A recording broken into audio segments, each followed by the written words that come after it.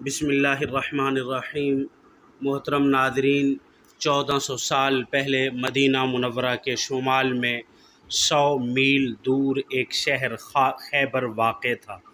یہاں قلعے اور کھیتیاں کثیر تعداد میں تھی اور یہاں یہودی آباد تھے۔ رسول اکرم صلی اللہ علیہ وسلم جب جنگ احزاب کے نتیجے میں قریش مکہ کو سبق سکھانے سے فارغ ہوئے تو انہوں نے خیبر کے یہودیوں اور نجد کے قبائل سے بھی نمٹنا ضروری سمجھا تاکہ پورا خطہ امن و سلامتی کا گہوارہ بن جائے اور اسلام کے عالم بردار اطمینان و سکون اور یکسوئی سے اللہ کا پیغام ساری دنیا کے انسانوں تک پہنچانے میں مصروف ہو سکے۔ رسول اکرم صلی اللہ علیہ وسلم کی نگاہ انتخاب سب سے پہلے خیبر پر پڑی، کیونکہ یہاں کے لوگ سازشی اور قبائل کو لڑانے بھڑکانے کا خوب کام کرتے تھے۔ یہ اہل خیبر ہی تھے جنہوں نے غزوہ خندق میں مشرکین کے تمام گروہوں کو مسلمانوں پر چڑھائی کرنے کے لیے ابھارا، پھر بنو قریظہ کو اسلامی ریاست مدینہ سے غداری پر آمادہ کیا تھا۔ یہ لوگ منافقین یعنی بنو غطفان اور بدوں سے مکمل رابطے میں تھے۔ اسی دوران اہل خیبر خود بھی مسلمانوں سے بڑی جنگ کرنے کی تیاری کر رہے تھے۔ ان کی مختلف کارروائیاں مسلمانوں کے لیے مسائل پیدا کر رہی تھیں۔ انہوں نے رسول اللہ صلی اللہ علیہ وسلم کو شہید کرنے کا منصوبہ بھی تیار کیا۔ مسلمان ان فتنہ پروروں کی سرگوبی کے لیے مختلف چھوٹی مہمات ترتیب دیتے رہے تھے، تاہم بڑی مہم اس لیے شروع نہیں کر رہے تھے کہ ابھی سب سے بڑے دشمن گروہ قریش سے نمٹنا تھا۔ رسول اکرم صلی اللہ علیہ وسلم نے حدیبیہ سے واپسی پر ذی الحجہ کا پورا مہینہ اور محرم کے ابتدائی چند روز مدینہ میں گزارے، پھر اللہ کے حکم سے اپنے لشکر میں لوگوں کو خوب چھان پٹک کر شامل کیا۔ کسی منافق کو قریب بھی نہیں پھٹکنے دیا۔ صرف وہی 1400 افراد شریک سفر ہوئے جنہوں نے حدیبیہ میں درخت کے نیچے بیعت رضوان کی تھی۔ اس کے بعد خیبر کی طرف چل پڑے۔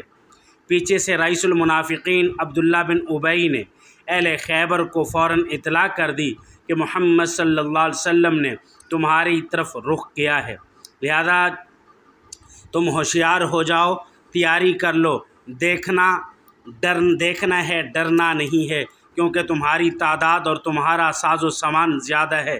حضرت محمد صلی اللہ علیہ وسلم کے رفقا بہت تھوڑے ہیں اور ان کے پاس ہتھیار بھی بس تھوڑے سے ہی ہیں۔ اطلاع ملنے پر یہود نے فوراً بنو غطفان سے مدد طلب کی اور انہیں پیشکش کی کہ اگر مسلمانوں پر غلبہ حاصل ہو گیا تو خیبر کی پیداوار کا نصف انہیں دیا جائے گا۔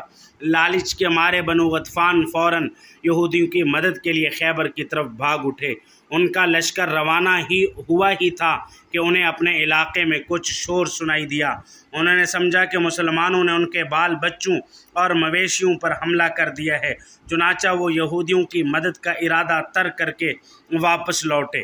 خیبر میں داخلے کے لیے 2 راستے تھے، ایک راستہ مدینہ منورہ سے سیدھا خیبر اور دوسرا راستہ شام کی طرف سے جاتا تھا۔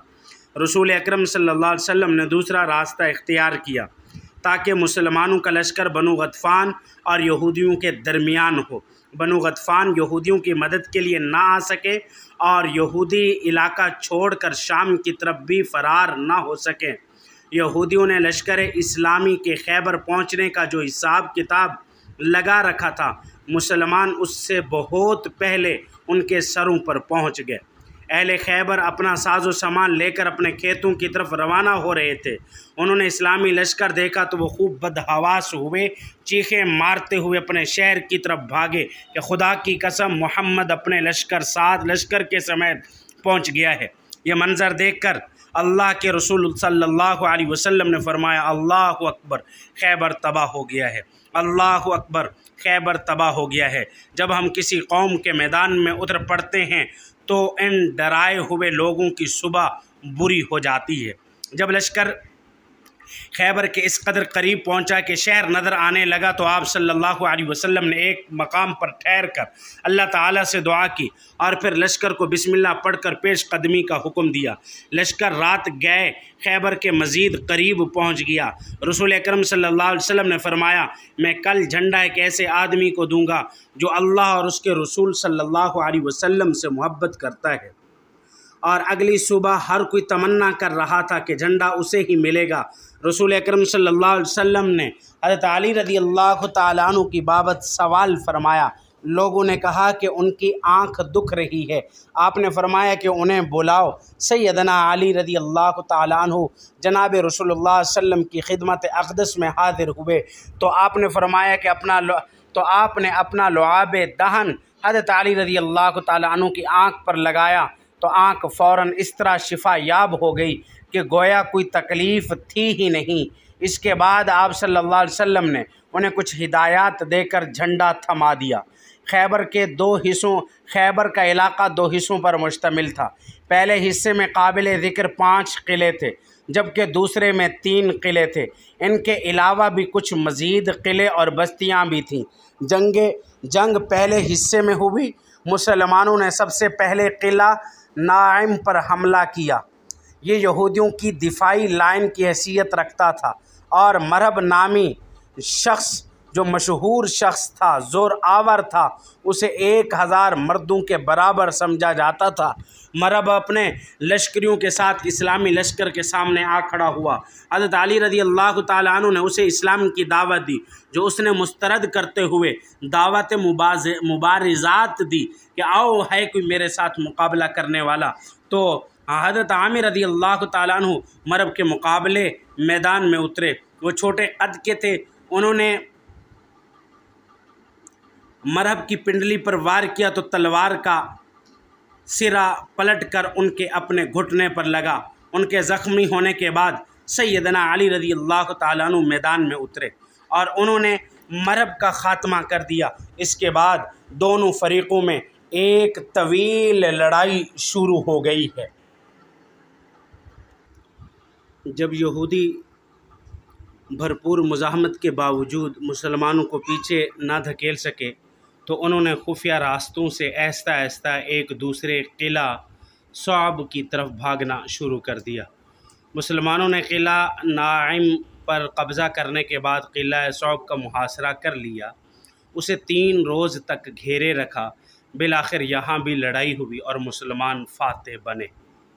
اگلا قلعہ زبیر پہاڑی کی چوٹی پر واقع تھا۔ یہاں سواروں اور پیدلوں کو رسائی حاصل کرنے میں مشکل پیش آئی۔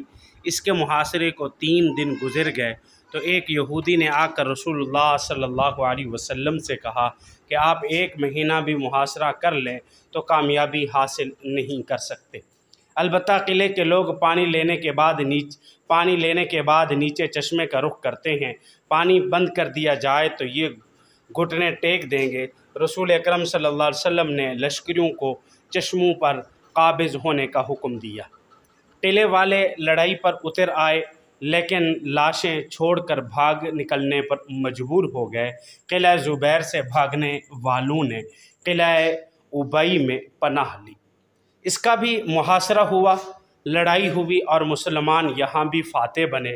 یہاں سے بھاگنے والے یہودی قلعہ نزار میں اس یقین سے چھپ گئے کہ مسلمان کسی بھی صورت میں اس قلعے پر کبھی قابض نہیں ہو سکتے، لیکن مسلمانوں نے اسے بھی فتح کر لیا۔ اس کے بعد خیبر کا باقی علاقہ معمولی لڑائی یا پھر مذاکرات کے نتیجے میں مسلمانوں کے ہاتھ آ گیا۔ باقی ماندہ یہودی سرداروں نے اس شرط پر مسلمانوں سے صلح کر لی کہ ان کی فوج کی جان بخشی کر دی جائے۔ ان کے بال بچے انہی کے پاس رہیں گے، یعنی انہیں لونڈی اور غلام نہیں بنایا جائے گا۔ وہ اپنے بال بچوں کو لے کر خیبر کی سرزمین سے نکل جائیں گے اور اپنے اموال، باغات، زمینیں، سونے، چاندی، گھوڑے، زرہیں رسول اللہ صلی اللہ علیہ وسلم کے حوالے کر دیں گے۔ صرف اتنا کپڑا لے جائیں گے جتنا ایک انسان کی پشت پر اٹھا سکتے ہیں۔ تو رسول اکرم صلی اللہ علیہ وسلم نے فرمایا، اگر تم لوگوں نے مجھ سے کچھ چھپایا تو پھر اللہ اور اس کے رسول بری الذمہ ہوں گے۔ اس جنگ میں 16 مسلمان شہید ہوئے جبکہ یہودی مقتولین کی تعداد 93 تھی۔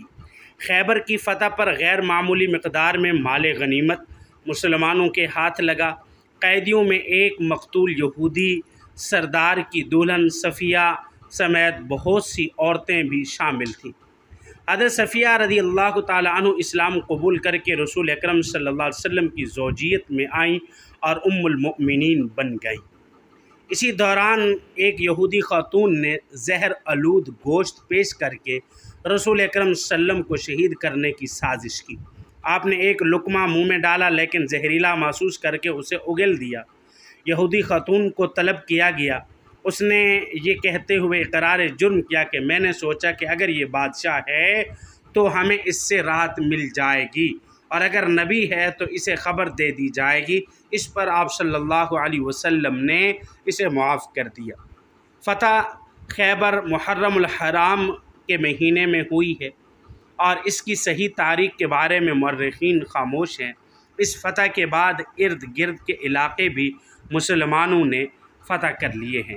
اس طویل مہم سے مدینہ میں واپسی سفر کے آخر میں یا پھر ربیع الاول کے شروع میں ہوئی۔ اللہ رب العزت نے مسلمانوں کو اس فتح میں بھی سرخروئی نصیب فرمائی۔ اسلام کو اللہ رب العزت نے مزید پھیلایا اور تقویت عطا فرمائی ہے۔